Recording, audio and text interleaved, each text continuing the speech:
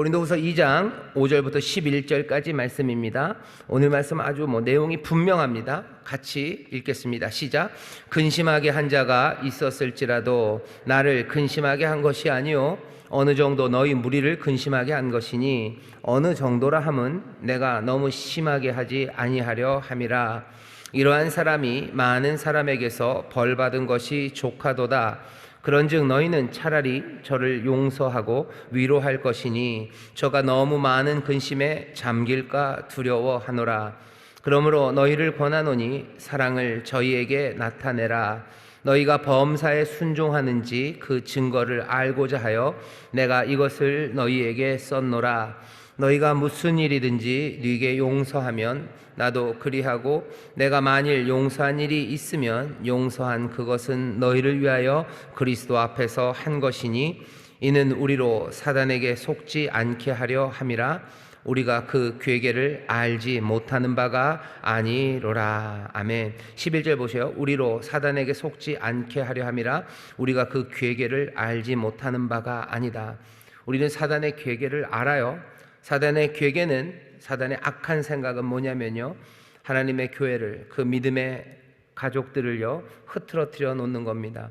그 사람들을 하나 되게 하지 못하는 거예요. 그 사람들을 넘어뜨리는 거예요. 그게 사탄의 계획입니다. 나쁜 계획을 알아요. 자, 오늘 제목은 벌 주고 용서하고 위로하고 라는 제목으로 이 말씀을 함께 읽었습니다. 먼저는 우리 그 교재 1 벌 주고를 한번 쭉 읽어보시죠. 같이 읽겠습니다. 시작.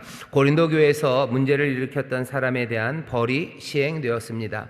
무슨 잘못이 있었는지는 오늘 본문에 드러나지 않지만 아마도 고린도전서 5장 1절에서 5절에 언급했던 친부의 처와 동거하던 사람이었을 것입니다. 이 사람을 공동체 밖으로 쫓아내라고 바울이 엄히 말했던 것을 보면 바울의 권위가 아니었으면 벌을 주기 힘들 만큼 고린도 교회에서 영향력 있는 사람이었기가 쉽습니다. 고린도 전서의 편지로도 그리고 직접 방문으로도 해결이 되지 않았지만 결국 해결이 된 것을 보아도 그렇습니다. 쉽지는 않았고 즉시로 따른 것도 아니었지만 그래도 바울의 호소와 제안 그리고 명령대로 그 사람에게 중징계가 내려졌습니다. 교회에서 누군가를 벌주는 일은 쉽지 않습니다. 인정상 어렵고 교회가 은혜의 공동체이기에 어렵고 게다가 교회 내에서도 정치적인 힘이 작동하기에 힘 있는 사람을 징계하는 것은 더욱 어렵습니다. 그냥 묻어두고 넘어가려는 관성이 강하게 작동합니다. 그래도 그럴 수는 없습니다. 교회의 거룩과 성결을 지켜야 하기 때문입니다. 아멘. 고린도전서 5장 1절 그리고 1절에서부터 5절에 보면요, 바울이 뭐가 굉장히 화가 나 있습니다. 제가 고린도전서 5장 1절부터 읽겠습니다. 너희 중에 심지어 음행이 있다 함을 들으니 이런 음행은 이방인 중에라도 없는 것이라. 누가 그 아비의 아내를 취하였다 하는도다. 특별히 한 문제를 그냥 탁 끊어내죠. 한 문제입니다. 아비의 아내를 취하였다 하는도다. 그러하고도 너희가 오히려 교만하여져서 어찌하여 통한이 여기지 아니하고, 그것을 통한이 여기지 않아요. 그걸 교만하다고 생각하는 거예요. 그래도 된다는 거죠. 그 일을 한 사람도 교만해요. 그래도 된다. 교회도 그 사람을 그냥 두는 건 교만한 거예요. 그런 사람이 있어도 문제 없다는 거죠. 그런 사람이 있어도 괜찮다는 거예요. 괜찮지 않은데 괜찮다고 생각하는 거 교만한 겁니다. 그래도 살 수 있다는 거죠. 그래도 살 수 있다. 그런 사람이 교회에 있어도 교회는 너 잘 굴러간다는 거야. 교회는 여전히 그리스도의 몸이라고 교만하게 생각한다는 겁니다. 5장 2절을 제가 다시 읽겠습니다. 그러하고도 너희가 오히려 교만하여져서 어찌하여 통한이 여기지 아니하고 그 일 행한 자를 너희 중에서 물리치지 아니하였느냐. 내가 실로 몸으로는 떠나 있으나 영으로는 함께 있어서 거기 있는 것 같이 이 일 행한 자를 이미 판단하였노라. 한 사람이요, 이 일 행한 사람이 있어요. 주 예수의 이름으로 너희가 내 영과 함께 모여서 우리 주 예수의 능력으로 이런 자를 사단에게 내어주었으니 이는 육신은 멸하고 영은 주 예수의 날에 구원 얻게 하려 함이라. 내어주라는 거예요. 밖으로 쫓아내야 된다. 이 일을 왜 하지 않냐고 바울이 5장에서 고린도 전서에서 얘기했습니다. 고린도 전서에서도 하고 고린도 후서에서 그 이야기를 하는 걸 보면요, 고린도 전서 편지를 먼저 받고도 이 사람을 징계하지 못한 것 같아요. 바울이 고린도전서를 쓰고 한번 방문했죠. 방문하고 나서도 징계를 못한 거예요. 그리고 이제 고린도후서 다음 편지를 쓰는 이때서야 이제 얘기를 들었어요. 이 사람이 징계를 받았다는 이야기를 이제야 들었어요. 그러니 꽤나 오랜 시간 후에 바울이 얘기했던 것 같은 그 벌 주는 일이 실행이 된 겁니다. 보셔요. 벌 주는 일은요 쉽지 않습니다. 벌 주는 거 쉽지 않아요. 요새는 교회뿐만 아니라 뭐 학교에서도 벌 주는 거 쉽지 않아요. 선생님들이 애들 못 때립니다. 예전에는 뭐 사랑의 매라 그래서 사실은 사랑도 하나도 없이 그냥 막 재미로 때리고 뭐 그냥 애들 괴롭히려고 때리고 그래요. 뭐 선생님들도 반성은 하셔야 돼요. 그냥 재미로 때려요. 사실은 굉장히 아프거든요. 그거 긴 먹대기로 애들 머리를 땅땅 때리면서 얘기하시죠. 그럴 필요는 없어요. 정말로 잘못한 것 있으면 때려주시면 돼요. 근데 그렇게 톡톡 때리면서 얘기하는 거 학생들에게 뭐 굉장히 모욕적이고요. 그리고 상처가 됩니다. 분명히 그건 있어요. 하지만 지금은 아예 때리지 못하죠. 선생님들이 때리지 못할 뿐만 아니라 뭐 큰일 납니다. 때렸다가는 뭐 사진 찍고 뭘 어디다 올리고 뭘 어떻게 해서 뭐 선생님 뭐 매장시키고 뭐 이러니까 선생님들도 겁나는 거예요. 겁나기도 하고 뭐 속으로는 그러시죠. 뭐 똥이 무슨 무서워서 피하냐, 더러워서 피한다 하면서 피하시는 거예요. 사실은 더러워서 피한 게 아니시죠. 선생님들도 무서워서 피하시는 거죠. 똥이 무섭죠. 왜냐하면 똥이 저기 있을 때는 별 무섭지 않으지만 내 얼굴에 똥이 발라지면 무서운 거예요. 사람들의 손가락질이 무섭고 사람들이 떠나가는 게 무섭고 내가 책임져야 되는 게 무서우니까 뭐 학생들에게 큰 소리도 못 치고 뭐 야단도 못 치는 그런 상황입니다. 그러니 교회에서 벌 준다는 건 지금은 뭐 예전도 마찬가지예요. 하지만 지금도 절대로 쉽지 않습니다. 절대로 쉽지 않습니다. 모르겠어요. 뭐 얼마나 더 망가져봐야 사람들이 아이들을 성경이 가르치는 대로, 성경이 굉장히 구시대라고들 얘기하죠. 성경은 분명히 때리라고 얘기를 하고 있어요. 아이들 때려서라도 가르쳐라. 때린다고 죽지 않는다. 당연히 죽지 않을 만큼은 때려야 되겠지만 때린다고 애들이 맞는다고 죽지 않는다. 하지만 때려서라도 가르치지 않으면 걔네들은 죽는다라고 얘기를 하시는데, 교회에서 애들을 때려서라도 가르쳐야 된다라고 얘기하면 교회가 뭐라 되나 굉장히 구시대적이고 폭력적이고 뭔가 뭐라 해야 되나 진짜 바보 같은 사람들이라고 사람들이 그렇게 생각을 합니다. 한데 누가 바보 같은지 한번 두고 보면 되죠. 두고 보시면 되죠. 뭐 며칠 전에 여러분도 보셨나요? 무슨 선생님이 기간제 담임이라고 그러는데 영어 선생님이 이렇게 뭐 여기서 뭘 하고 있는데 이 뒤에 중학교애가 막 이렇게 뒤에 누워가지고 사진을 찍어요. 뒷모습을 찍는 거죠. 그러니까 좋지 않죠. 굉장히 무슨 뭐라 해야 되나? 뭐라 그래야 되죠? 그냥 성적인 추행이죠. 그게 뒤에서 찍는다는 게 그냥 뭐 뒷모습을 그냥 찍는 그런 느낌이 아니에요. 어디선가 본 거죠. 그리고 그렇게 폼을 잡죠. 그걸로 자랑하죠.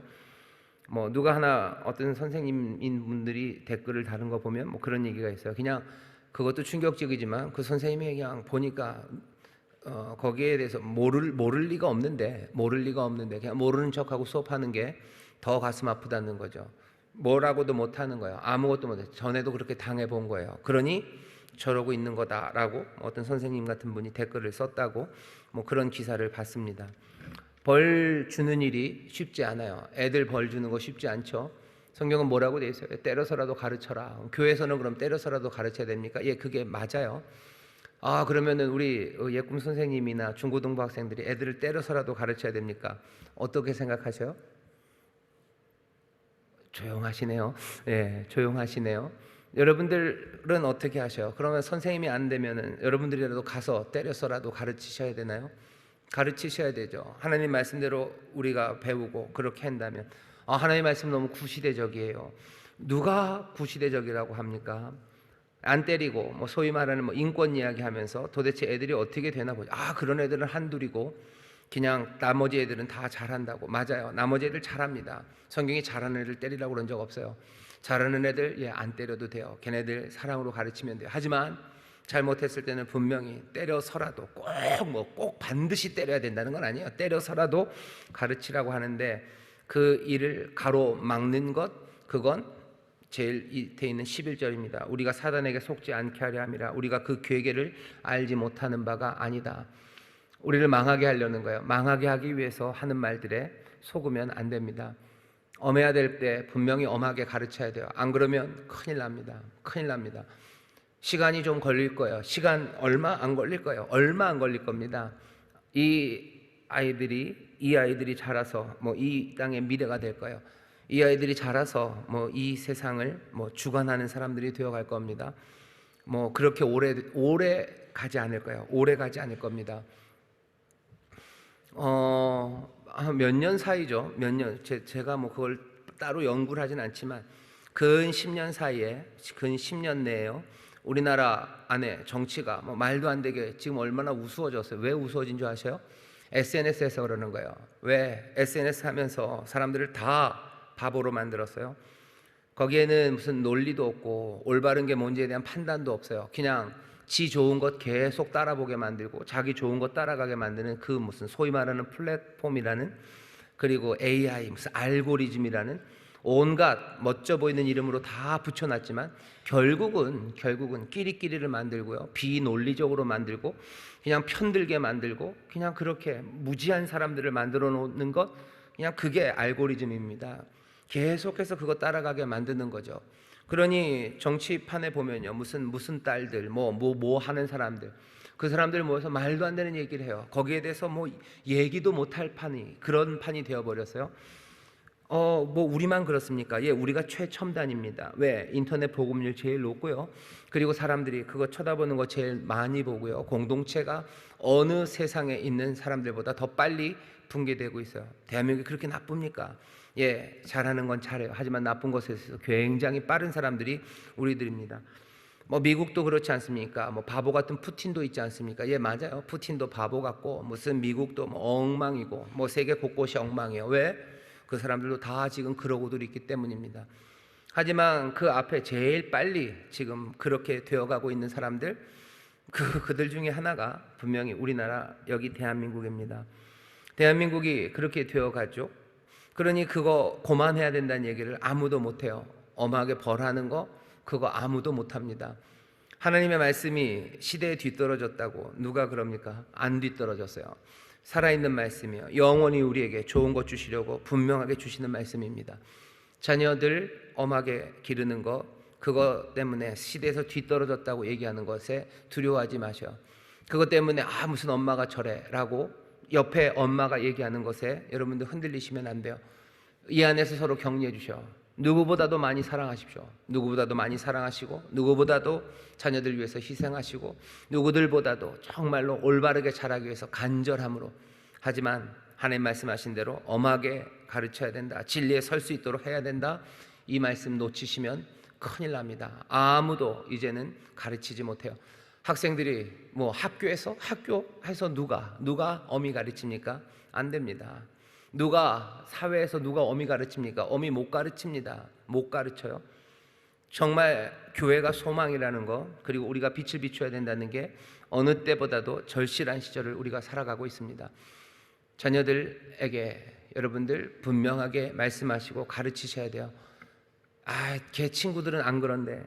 아니, 걔 친구들이 내 자녀들에게 복된 삶을 줄 것은 아니에요. 하나님의 진리가, 하나님의 인도하심이 내 자녀와 내 자녀의 미래, 그리고 내 자녀가 살아갈 그 세상을 복되게 하실 겁니다. 벌 주는 일 쉽지 않아요. 교회 안에서 쉽지 않아요. 자녀 믿음의 가정에서도 쉽지 않습니다. 하지만 바울도 그래요. 예수님도 그래요. 성경은 이 일에 대해서 추워도 뭐라 그래야 되나, 양보나 아니면 애매하게 말씀하신 적이 없어요. 분명하게 얘기하셔요. 하나님의 뜻이 뭔지, 내 자녀를 어떻게 길러야 되는지 물으시는데 어떻게 자녀들을 길러야 됩니까? 라고 자꾸 묻지 마셔요. 대답해주는 대답은 듣지 않고 자꾸 물으면 그거 힘듭니다. 힘들죠. 주님도 갑갑하셔요. 어떻게 가르치는지 우리에게 알려주십니다. 자, 교회 안에서도 벌 주는 거 쉽지 않습니다. 내적인 요인이에요. 은혜의 공동체 아닙니까? 외적인 요인이에요. 바깥의 사회적인 문화적인 분위기죠. 인권 얘기해요. 교회는 위로하는 곳이래요. 교회는 위로하는 곳. 그래서 교회가 그냥 다 뭐라 해야 되나, 병원 비슷하게 됐어요. 병원은 병원인데 배를 째고 하는 외과 병원이 아니고 뭐라 그래야 되나요? 약간 심리 상담하는 그런 병원, 정신과 병원처럼 되어 갑니다. 여기가 정신과 병원 같죠. 평안하게 앉고 얘기해 보셔요. 뭐 조명을 조금 어둡게 해야 돼요. 조명 어둡고 목소리는 나긋나긋해야 되죠. 그리고 약간은 눈치 못 채게 아로마 향들이 조금 나야 돼요. 평안한 분위기에서 뭐죠? 마음의 불안을 잠재우고 뭐 얘기를 좀 해보시고 뭐 괜찮고 뭐 그런 다음에 다음 주 이 시간에 또 봅시다. 그러고 이제 시간 됐으니까 가라 그러고 다음 주 오면 또 지난 주간 어떠셨나요? 또 조명 줄이고 음악 조금 틀어놓고 잘 모르는 향기 좀 내놓고 이런저런 부드러운 이야기하고 그렇게 치료해요. 조금 안 되면 뭐 약 같은 거 좀 주고 그렇게 교회가 그냥 위로하는 뭐 테라피를 하는 곳.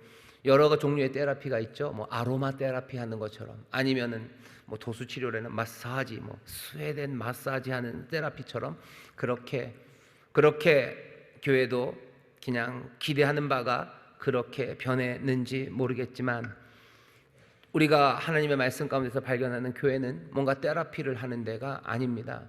여기가 무슨 위로 받아야 되는 데가 아니에요. 교회 오면 위로 안 받으면 위로 받습니다. 위로 받아요. 하지만 뭐 지난주 말씀에서도 우리에게 하나님이 주시는 말씀이 뭐 마시멜로를 던져주시는 게 아니에요. 달달하고 포근하고 폭신하고 입에서 사르르 녹는 것들을 던져주시는 게 아니라 불을 던져주셔요. 그리고 방망이를 던져주시는 거예요. 그러면 너무 아프지 않습니까? 아니, 그것이 이 땅에 평화, 평강을 주시는, 이 땅에 평강을 주시러 오시니가 바로 그분이 하시는 말씀이요. 평강 주실 겁니다. 하지만 이 땅에 불을 던지러 오셨음을 기억하셔야 돼요. 그 안에서 평강은 이루어질 겁니다. 우리가 우리의 샬롬을 구하기 시작할 때 아니요, 안 됩니다. 주의 샬롬을 구하려면 어쩌면 주님이 말씀하신 불과 방망이 그거 기억하셔야 되고, 여기 바울이 그렇게 호소하고 그렇게 따르라고 얘기했던 것처럼 벌 주는 일에 대해서 다시 한번 생각하셔야 됩니다. 벌 주는 일이 쉽지 않아요. 내적으로 외적으로 쉽지 않죠. 또 특별히 교회에 영향력 있는 사람이면 더 그렇습니다. 바울이 그렇게 얘기했는데도 이 사람 벌을 못 줬어요. 뭔가 정치적인 힘이 있기 때문입니다. 사람들을 많이 알았던지 아니면 뭐 돈이 많았든지 아니면 고린도 안에서 뭐 힘께나 쓰는 세도가의 집안이었는지 뭔지는 모르겠지만 영향력이 있는 사람이었어요. 그런 사람 벌 주는 건 더 어렵죠. 별거 다닌 사람은 그냥 뭐라고 야단치기도 쉽지만 이렇게 힘 있는 사람에게 누가 말합니까? 누가 말해요? 말하기 어렵죠. 그래도 바울은 그 일을 해야 한다고 말합니다. 그냥 묻어버리고 지나가려고 해요. 그거 그냥 관성의 법칙이기 때문에 물리학 법칙이죠. 그냥 지나가는 게 제일 좋아요. 있던 건 있는 대로 그냥 두는 게 제일 좋다고 생각하죠. 하지만 교회의 거룩과 성결, 하나됨을 지키기 위해서는요, 벌 주는 일이 필요합니다. 말해야 돼요. 말해야 되고 벌 줘야 됩니다. 예수님은 그렇게 얘기해 주셨어요. 먼저는 혼자 가서 얘기해라. 혼자 가서 조용히 얘기하래요. 막 다 반대 경우도 많아요. 막 떠벌리는 거죠. 뭐 확인돼도 안 됐지만 내가 아는 것처럼 다 떠벌려요. 이 사람 잘못됐다고 수군거리고 다녀요. 벌 주고 징계하는 게 아니라 그냥 뒷담화하는 거죠. 뒤에서 말하는 거 그거 아닙니다. 그 사람한테 말 못하고 다른 사람들한테는 다 말하고 다녀요. 완전히 반대죠. 예수님은 뭐라고 얘기하셔? 다른 사람한테 아무한테도 말하지 말아라. 뭔가 잘못한 게 있으면 그 사람한테 가서 네가 얘기해라 라고 얘기하는데 우리는 그냥 그 반대로 합니다. 그 사람한테는 말 못하고 맨 사람들에게 다 떠들고 다니죠. 사실은 그러면 누가 문제가 많아요? 잘못한 그 사람도 문제가 많지만 당연히 떠들고 다니는 그 사람의 죄도 잘못도 작다고 할 수 없습니다. 이 잘못했다고 하는 사람은 진짜 잘못했는지 안 했는지 그건 확인돼야 돼요. 하지만 그거 잘못했다고 떠들고 다니는 사람들은 확인할 필요도 없어요. 이미 다 자기가 그냥 다 떠들고 다닌 거죠. 자기가 잘못한 거죠. 거룩과 성결과 하나됨을 지키기 위해서 분명히 징계가 필요합니다. 방법은 먼저는 그 사람에게 가서 한 사람에게 얘기를 해야 돼요. 그래도 안 되면 어떻게 해요? 증인 가지고 둘이 가서 얘기하래요. 분명하지 않은 이야기 할 필요 없어요. 분명히 증거가 있는 거 가지고 증거 가지고 이런 일이 있었다는 거 확인할 사람 데리고 가서 얘기하는 거예요. 그래도 듣지 않으면 교회 장로들에게 말하는 겁니다. 담임 목사님에게 얘기하는 거예요. 교역자들에게 얘기를 하셔요. 책임 있는 사람에게 얘기하는 거죠. 그러면 교회 장로들이 가서 얘기할 거예요. 담임 목사가 가서 얘기할 거예요. 그래도 듣지 않으면 당연히 처음에 가서 얘기할 때 내가 잘못했구나. 이 사람이 나를 사랑해서 이 길에서 나오라고 나에게 얘기해 주는 거라 돌아오면 좋아요. 그리고 그것도 안 되면 둘이 갔을 때라도 돌아오면 돼요. 그것도 아니면 담임 목사나 아니면 교회가 가서 얘기했을 때 돌아오면 돼요. 하지만 그것도 아니라면 그대는 그 다음에는 뭐요? 징계하는 거죠. 그 다음에는 보내라 라고 얘기하는 거예요. 들고 있어야 됩니까? 같이 가야 됩니까? 하나님의 사랑과 예수 그리스도의 사랑은 이미 충분하게, 그리고 은혜는 이미 충분하게 주어졌어요. 그 다음에 그것도 아니라면 가는 게 맞습니다. 보내라고 얘기하셔요. 벌 주는 일, 그 일을 분명히 해야 합니다. 교회 안에서 이 일이 제대로 잘 실행이 안 되죠. 지금 아까 말한 내적인 요인, 외적인 요인, 교회는 은혜로운 공동체고 뭐 세상 분위기 자체도 그렇고, 그렇게 하다가 교회에 누가 남습니까? 누가 남긴요? 하나님의 자녀들이 남겠죠. 하나님의 자녀 아닌 이들이 떨어져 나가니 하나님의 자녀만 남겠죠. 그러면은 교회가 너무 숫자가 작아질 것 아닙니까? 별 걱정들을 다 하십니다. 별 걱정들을 다 하십니다. 하나님의 나라가 그렇게 만만한 나라는 아닙니다. 하나님의 나라는 점점 자라는 나라예요. 순전하게 자라는 나라입니다. 누룩처럼 퍼져갈 거고요. 분명히 이 땅을 가득 채워갈 거예요. 우리가 걱정할 일 아닙니다. 그러다가 다 나가고 다 벌받아서 다 징계받고 다 떠나면 어떡합니까? 그럼 교회 문 닫으면 문 닫는 거 아닙니까? 문 닫는 교회 많습니다. 그렇게 해서 문 닫는 교회라면 그건 하나님 앞에 영광이 될 거라고 생각합니다. 그거 말고도 문 닫는 교회가 얼마나 많은데요. 그거 말고 다른 이유로 문 닫는 것보다는 그것으로 문 닫는 게 훨씬 더 아름답고 거기에서 하나님이 역사하실 거라고 분명히 믿습니다. 다시 한번 여러분들, 쉽지 않은 이야기예요. 벌 주는 이야기, 조심조심해야 됩니다.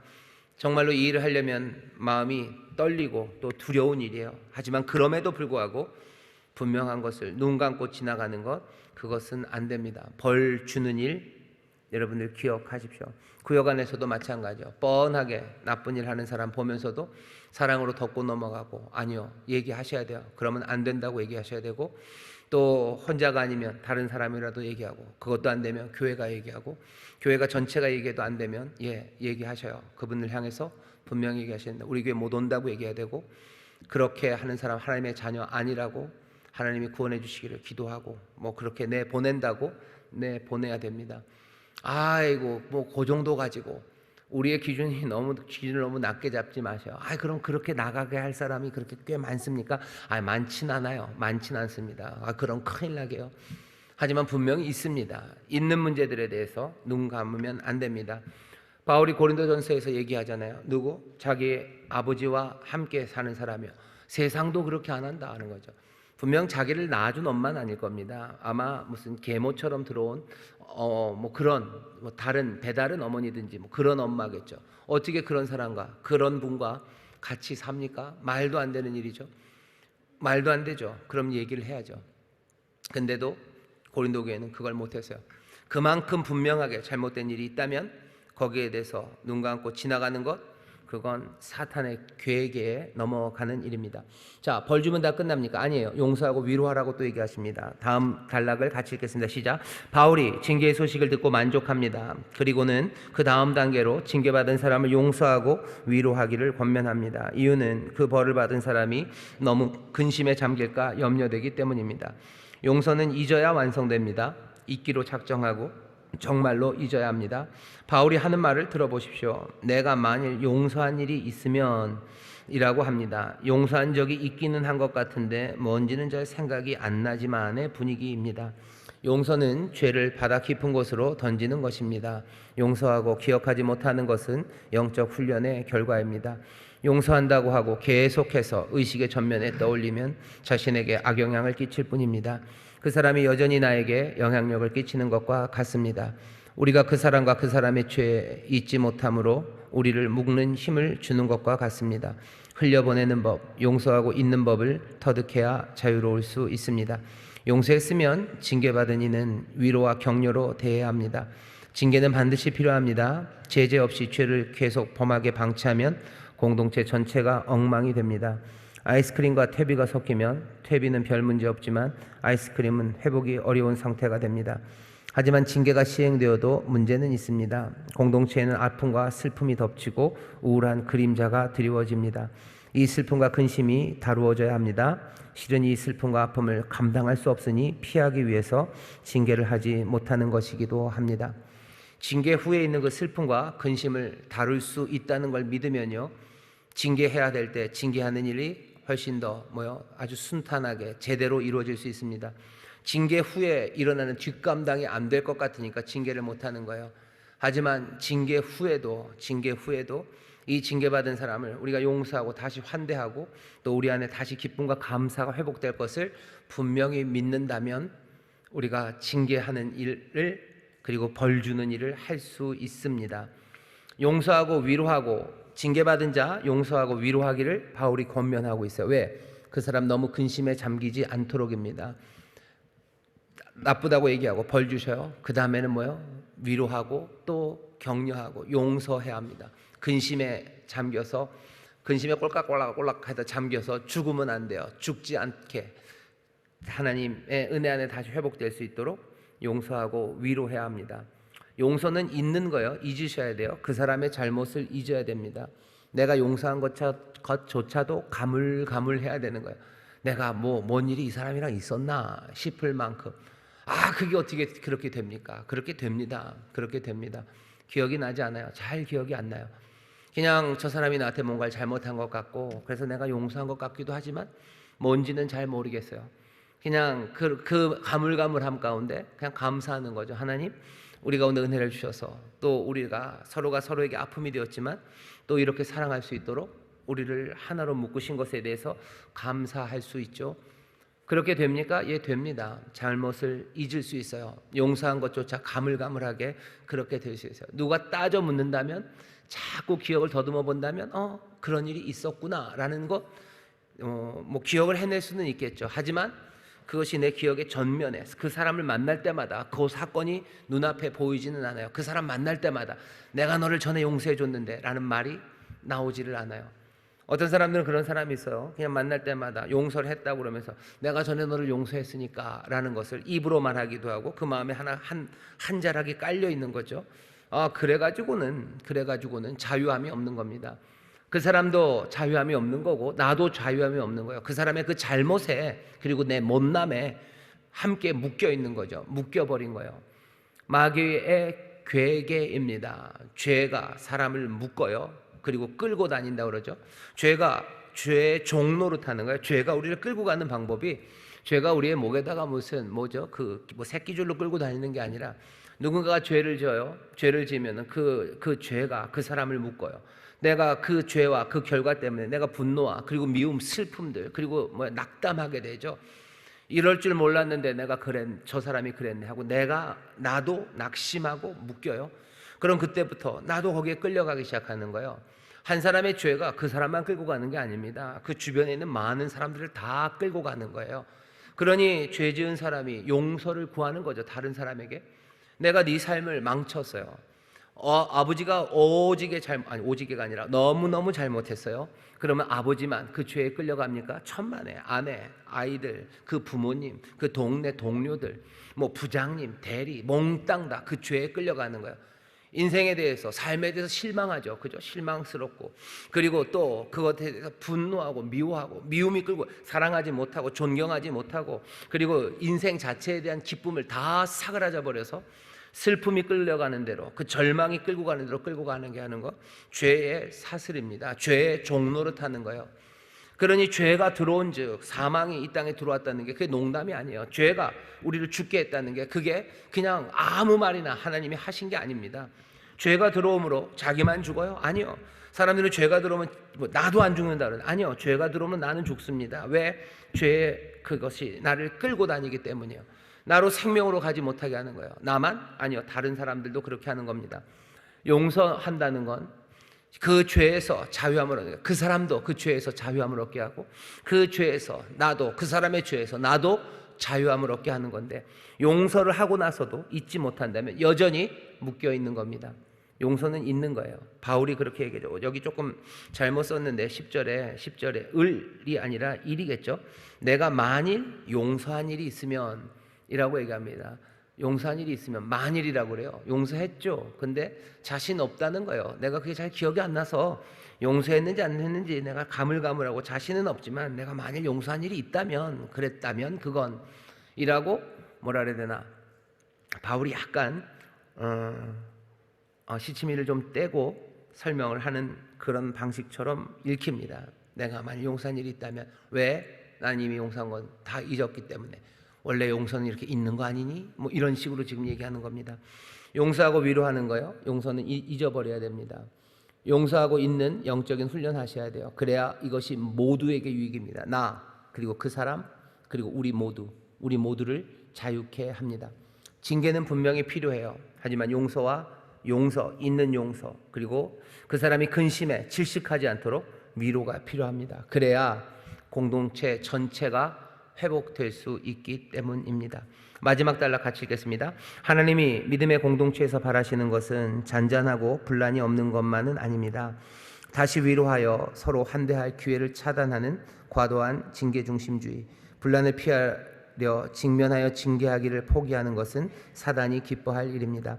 사단에게 속지 말아야 합니다. 그리스도 앞에서 그리고 교회와 성도들을 위하여 해야 할 일들을 지혜롭게 균형 있게 해나가야 합니다. 쉽지 않은 일입니다. 하지만 지혜와 화목의 영이신 성령님의 도우심으로 할 수 있습니다. 사단이 기뻐하는 일은요, 과도한 징계주요. 과도하게 징계하는 거예요. 위로하지 않아요. 다시 받아들여지지 않아요. 그렇게 만들어 갑니다. 징계는 하지만 회복할 수 있는 길을 막아버리는 것, 그거 사단이 기뻐할 일입니다. 사단의 괴계예요. 또 반대입니다. 과도한 온정주의예요. 분란을 직면하지 못해서 피하는 거죠. 이러면 분란이 일어날 거예요. 이러면 감당할 일이 너무 커져요. 징계하기 시작하면. 그러니 그거 감당하지 못할 것 같으니까 피해버리게 만드는 것, 그거 사단이 기뻐하는 사단의 괴계입니다. 어떻게 해야 됩니까? 징계해야 돼요. 그리고 또 용서하고 위로해야 합니다. 그래야 사단이 기뻐하는 것 아니라 우리 주님이 기뻐하시는 정말로 의로움과 거룩함 그리고 하나됨이 우리 안에 이루어지고요. 그리고 거기에서 참된 생명을 누릴 수 있습니다. 한 걸음 내딛게 같이 읽어보겠습니다. 시작. 용서한다고 했지만 계속 생각이 나서 괴롭고 힘들었던 경험을 나누어 봅시다. 그런 경험들이 있으시죠? 용서하고 나서는 잊어야 하는데 어렵습니다. 자신만의 방법을 나누어 봅시다. 여러분들 용서하고 잊어버리기 위해서 어떻게 또 특별히 하시는 방법들이 있으신가요? 기도합니다. 예, 좋아요. 기도하셔요. 용서하고 잊기 위해서 기도하시고, 용서하고 나서는 서로 사랑하는 일에 집중하시고, 또 그렇게 자꾸 하시다 보면 적어도 내 입 밖으로, 그리고 입 밖으로 그런 말들이 나오려면 입을 톡 때려야 되고요. 아니면 재단 숯불로 찢으셔야 되고요. 그리고 그런 생각이 나오면 계속 털어버리셔야 돼요. 아니야. 주가 용서하시고, 용서는 저 바다에 던져버리는 거예요. 사하신다라는 건 던져버리는 거예요. 던져야 되는 거예요. 주님이 내 죄를 던지시듯 나도 던질 거야 라고 주님 생각하시며, 용서하고는 잊는 거, 그래서 정말로 잊었다, 정말로 잊어지는구나 하는 것들을 우리가 하나하나 배워가야 합니다. 두 번째 같이 읽겠습니다. 시작. 벌을 준 사람을 다시 위로하고 포용하는 일도 힘들지만 그렇게 징계받은 사람도 다시 공동체에 들어오기를 꺼려하고 떠나가기가 일쑤입니다. 여러분은 어떠십니까? 교회에서 징계를 받고도 다시 환대하는 이들에게로 돌아오실 수 있으십니까? 어렵다고 생각하신다면 왜 그런지를 이야기해 봅시다. 우리말로 하면 가오죠. 가오가 있지 어떻게 다시 가냐는 거예요. 징계받았으면 끝이지. 다시 돌아간다고. 왜 안 돌아오는지 아세요? 여기가 중요하지 않다고 생각하기 때문입니다. 교회가 별로 중요하지 않다고 생각하기 때문이에요. 여기만 구원이 있다고 생각, 여기가 내 삶의 중심이라고 생각하면 내가 잘못해서 징계받았지만 여기 용서하고 환대하는 이들에게 당연히 기쁨으로 감사함으로 돌아올 겁니다. 하지만 여기가 그렇게 중요하지가 않은 거죠, 교회가. 그러니 내가 그 가오도 상했는데 얼굴도 팔렸는데 내가 거기에 뭐하러 또 갑니까? 그러고 딴 데로 가는 거죠. 딴 데로 가는 거죠. 교회가 그렇게 중요하지 않다면 할 수 없습니다. 다른 데 더 있다면 가야 되죠. 가는 사람들은 할 수 없어요. 하지만 여기 있는 분들에게는 물어야 합니다. 여러분들이 꼭 징계하는 자리에 서지만은 않을 수도 있어요. 여러분들도 징계받는 자리에 설 수도 있습니다. 그래서 징계받고 야단 맞았어요. 그럼 여러분들 어떻게 하실 겁니까? 교회가 여기만 있어? 난 가요? 이 교회가, 그리스도의 몸 된 교회가 이 몸으로 부르셨다는 그 부르심이 그렇게 가볍고 만만한가? 여기가 은혜의 자리고 여기가 구원의 자리고 하나님이 나를 여기 심으셨다면 난 여기 있어야 되는 거죠. 내가 징계받아서 조금 얼굴은 화끈하지만 그래도 나를 용서하고 다시 또 환영하는 사람들이 여기 있음을 믿고, 여기가 은혜의 자리임을 믿고 또 감사함과 또 소망 가운데 이리로 오는 게 맞습니다. 떠나간 사람들이야 뭐 별로 중요하지 않다고 해서 갔어요. 그것에 대해서까지 뭐라고 얘기할 건 없습니다. 하지만 여기 있는 우리들은 다시 한번 확인하셔야 돼요. 내가 꼭 누구를 징계할 자리에 설지만은 않을 거예요. 내가 징계받을 자리에 그래서는 안 되겠지만 그렇게 될 수도 있습니다. 나는 그때 어떻게 할 건지에 대해서 얘기해 보세요. 나는 그때 창피해서 이 교회를 어떻게 다녀?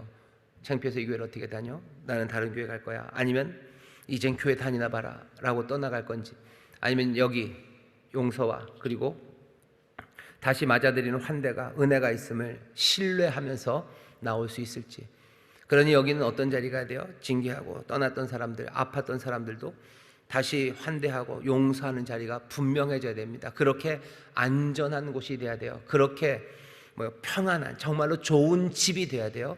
그래야 탕자가 돌아올 수 있는 거예요. 내 아버지 집에는 거할 곳 많고 내 아버지가 나를 기다리고 있고, 내가 그렇게 돌아가면 내를 맞이하고 내를 씻기고 또 나에게 좋은 것들을 베풀 이가 거기 계시다는 게 분명해야 합니다. 다시 한번 우리 교회가 그리고 우리 구역이 그렇게 따뜻한 곳이 되고, 그 따뜻한 곳 안에서 징계가 말이 되는 거예요. 그 따뜻한 가정 안에서 잘못한 녀석들 야단치는 거고요.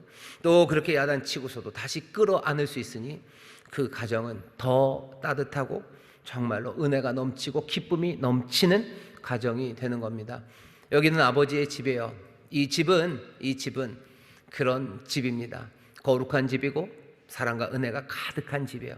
이곳에서 서로 거룩해지시기 위해서 야단도 치고 또 때로는 그것 때문에 가슴 아프기도 하고, 그러나 그렇게 상처받은 이들을 함께 위로하고 또 화목하게 끌어안으면서 점점 더 아름답게 자라가는 거죠. 그렇게 훌륭하게 자라가는 겁니다. 더 풍성하게 자라가는 그런 교회, 그런 구역들이 되시기를 주의 이름으로 축원합니다. 기도하겠습니다. 하나님, 여기 하나님의 가족들, 하나님의 거룩함을 닮아갈 이들, 하나님의 은혜를 닮아가며 사랑을 닮아갈, 그렇게 점점 더 풍성해져갈 하나님 믿음의 가정이 여기 있습니다. 주여, 그리스도의 몸입니다. 그리스도의 몸 거룩하게 지켜가며 아버지의 은혜가 가득하며 날마다 그리스도의 장성한 분량, 그 충만한 데 이르기까지 자라가는 교회가 되게 하여 주옵소서. 교회를 사랑하는 사랑이, 또 우리 몸된 성도들을 함께 사랑하는 사랑이 주여 끊어지지 않게 하여 주옵시고, 그 사랑 안에서 하나님 권면하며 사랑 안에서 위로하고 환대하는 아버지 하나님, 이 성실한 인자하심을 배우는 우리 모두가 되게 하여 주옵소서. 감사드리며 예수님 이름으로 기도하옵나이다. 아멘.